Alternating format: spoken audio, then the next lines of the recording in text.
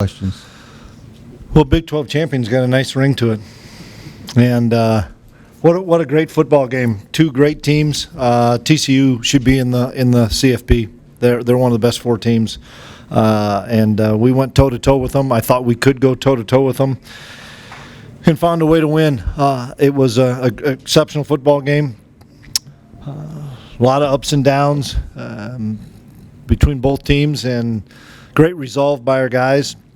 And the overtime stop, it's incredible. You get a 3rd and 1 and a 4th and 1, as good as they are up front, and good run game as they have, and our defensive line stood up and stuffed them back-to-back plays.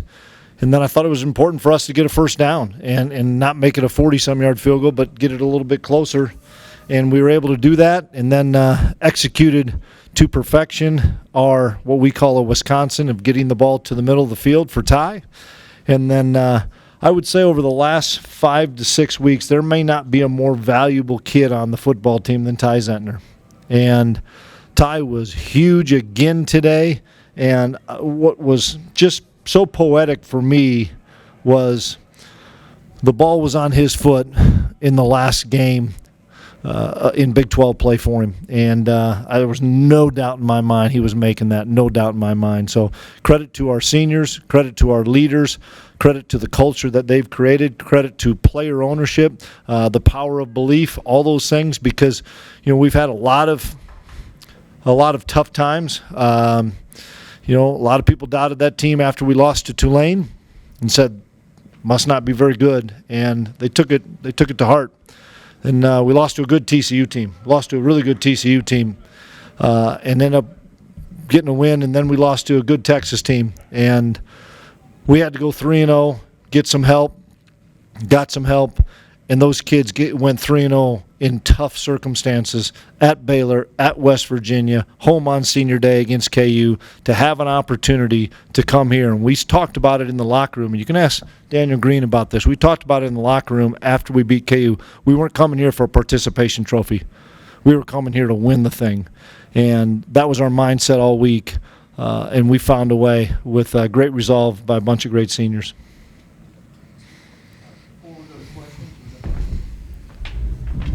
Before we go to questions, we're going to be joined by Daniel Green. So if you have a question for either Coach or Daniel, please raise your hand and we'll get the microphone to you. Right here. Tim Fitzgerald, GoPowerCat.com. Daniel, that last stand, what were you seeing out there, and what do you think of what happened? I just think that was a great execution just overall by just the defense. We talked about situations like that just happen to bow up, and that's what championship games come down to, just somebody making an extra play, especially on defense. And I'm so proud of those guys, man. That's a statement right there. Like we always say, the mob mentality, it don't get no more better than that right there on the goal line for the game almost. Coach, Cole Carmody, GoPowerCat.com. You had a lot of young guys out there today on defense. What does that say about not only them, but just the culture that you talked about a little bit earlier? Well, you got to rise up. When your opportunity comes, you got to rise up. And I look at Jacob Parrish that didn't practice most of the week and found a way to gut it out and play. I look at Keenan Garber, that was a wide receiver the entire year, and came to me 5 weeks ago and said, I'd like to be a defensive back. I want to help the team. And so he was on scout team up until Thursday of this week. On Thursday, we moved him from scout team and said, you've got to be the emergency guy in case Jacob Parrish can't go. And that's the sign of a culture. That's the sign of not wanting to let guys like Daniel Green and Eli Huggins down. And I thought Keenan Garber played his tail off. And VJ Payne is a true freshman playing, and Jacob Parrish is a true freshman playing, to go with some of those veterans like Josh and Drake and Julius, and phenomenal resolve by those guys. Been joined by Vaughn as well. So if you have a question, Blair, we'll go to you first. Okay. Hey, Blair Kirkhoff with the Kansas City Star. I got one for Daniel and the coach, but Daniel first. On the 4th down play, what were you anticipating? And did you think Max Dugan might end up with the ball? No, we did anticipate Max having the ball because usually when it comes down to short yardage or game on the line, he's usually the guy that carries the ball. But when they got into the personnel, we came out with a call that was fit for the personnel, and it just came down to executing. This good on good. It won up front penetration, and it was just a really big stop for our team. And I'm so proud of those guys, man, because we really worked hard for this moment and we really embraced it. And Coach, I know we're in the moment here, but is there any way to put kind of the enormity of this in perspective? This is a program you've won the 4th conference championship in program history. Yeah, I'll let that sink in at some point. I'm fortunate to be here. Gene Taylor took a chance on an FCS coach when not a lot of people would, but he believed in me and us. And then coming here, I look at these guys that believed in us as a coaching staff when there was a coaching change and stuck with us. And, the last couple years, starting in January of 2021, these guys will tell you our locker room became so close and so tight. And I'm telling you, this is about the power of belief and the power of player ownership. And when you have those two things, I don't think anything can stop you. On the riser in the back. For Deuce and Daniel, after Ty hit that field goal, he gets carried up on his shoulders. He comes down. The first thing he says in the camera is, "I would die for this team."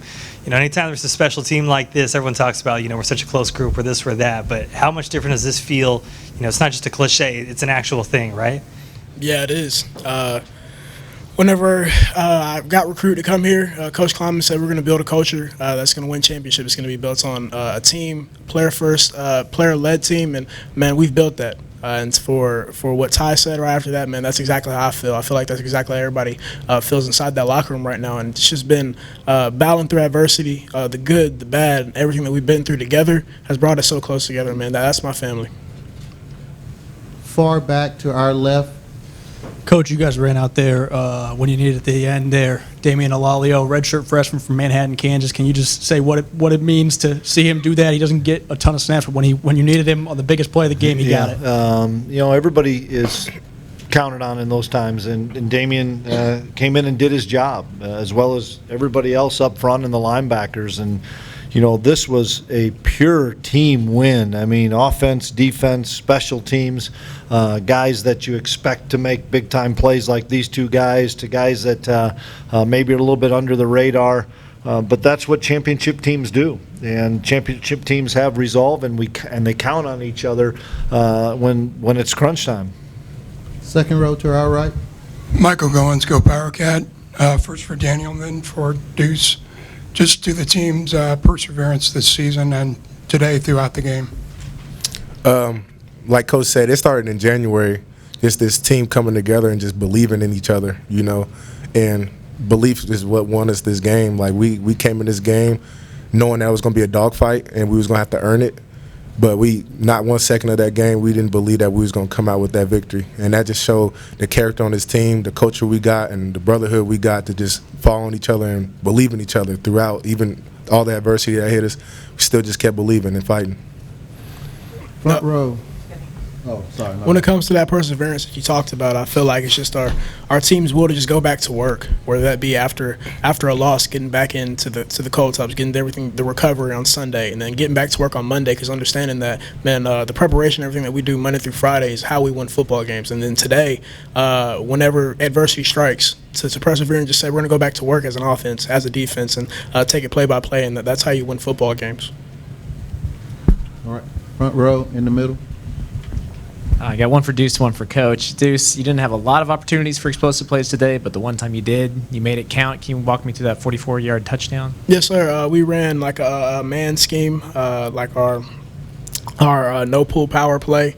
And, man, the DN slanted, and great job. I believe it was KT to mash him down, and it opened up a seam. 'Cause once we planed through Cade, it brought the corner out and a little bit of some space out wide, and then after that it's one-on-one with the safety. But, man, I'm not doing that. I'm not doing anything without those guys up front and everybody on the perimeter. And, Chris, this was a game of momentum swings. Seemed like every time one team tried to pull away, couldn't happen, ends up in overtime. How did you manage that part of the things?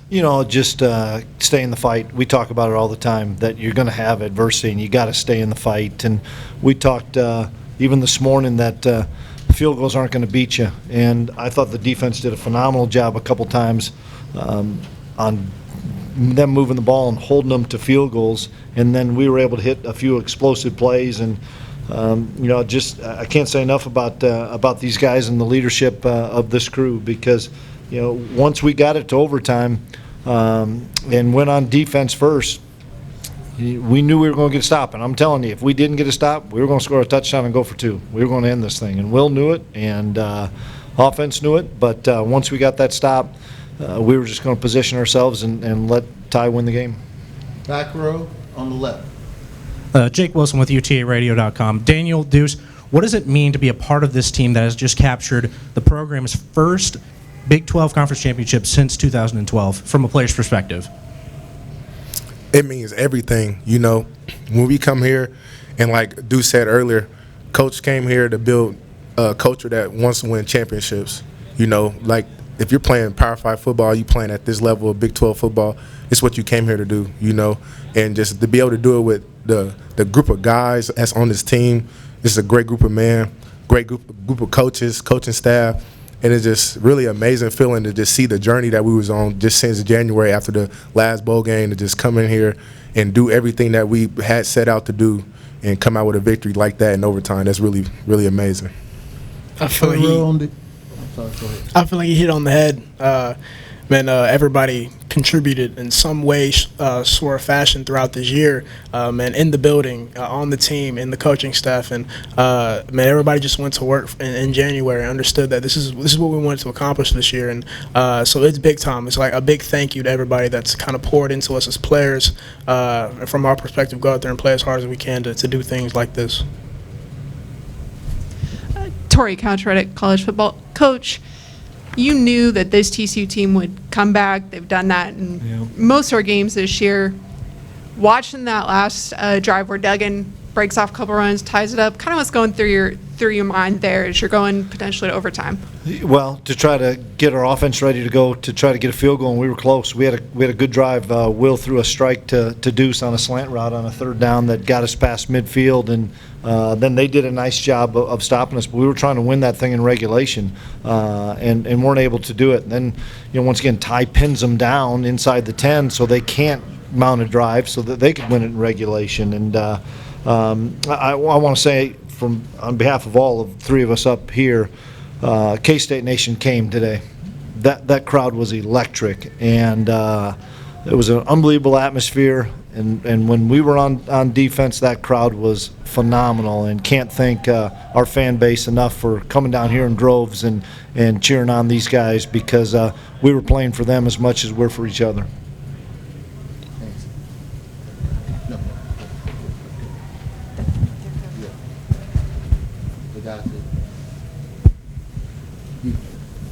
Nope. I thought you had a question. Yeah, mine was asked. Okay. All right, in the back.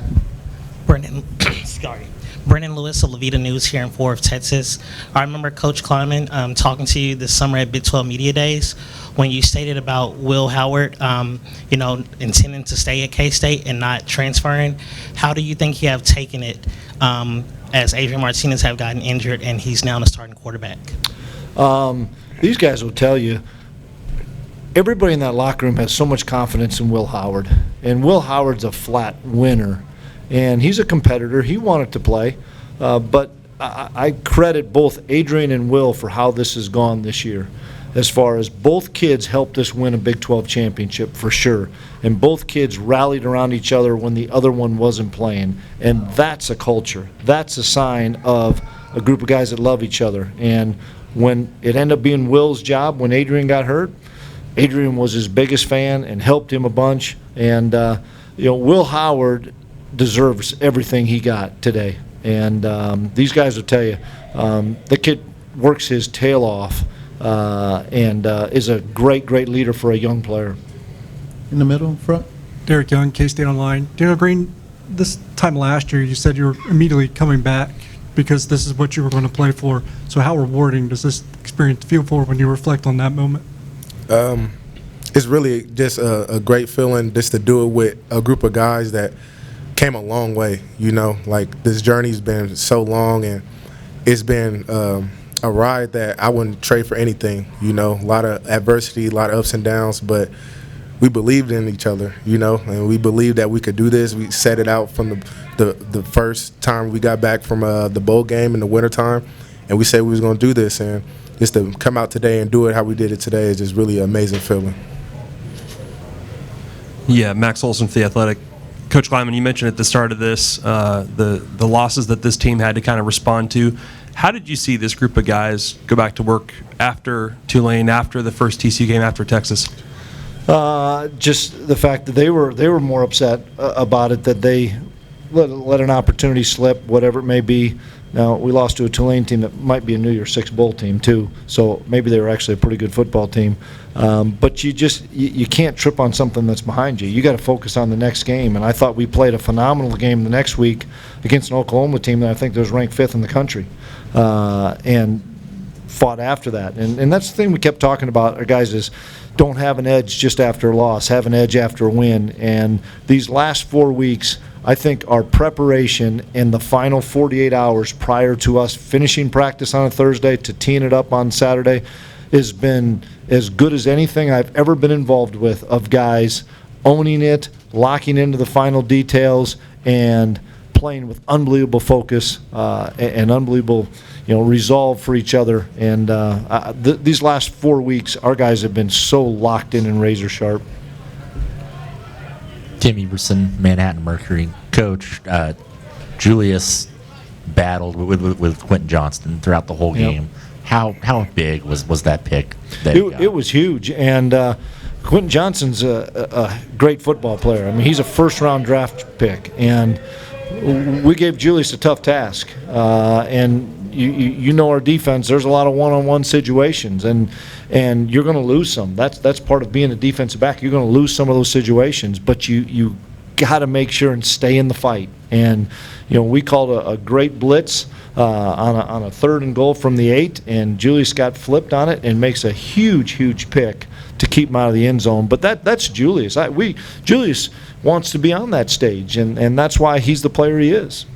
And then R.J. Garcia got pushed into duty for Malik after he got hurt. I'm going to let Deuce answer that question. Yeah. I'm so happy for R.J. Yeah, so R.J. Garcia's been, ever since he got on campus, he's been somebody that I've taken under my wing and called a friend. So for him to get in there and after all year, he's behind 3 seniors, 3 great football players for us. And, man, he just went to work every single day, frustrated a little bit. I'm just being a younger guy that feels like he can play on this football team. And that's the competitor that he is. But understanding and just going to work every single day. You see it in practice and going to work. And I told him yesterday, I said, man, why not score your first touchdown in a big-time football game like this? And it's actually wild. I saw him run down the field, saw the ball get thrown, and when he caught it, man, I just screamed to the top of my lungs, and I chased him down. So for him, big time for his confidence, big time for this football team, and that just kind of shows you the type of football player that he is. Any more questions for Coach, Deuce, Daniel? If not, we'll conclude the formal portion, and there will be some student athletes available for one-on-ones. Thank you. Appreciate it. Thanks, everyone. Thank y'all. Thank you. Congratulations, guys. Appreciate you. Thanks, man. You got to help yourself now. Thanks, guys.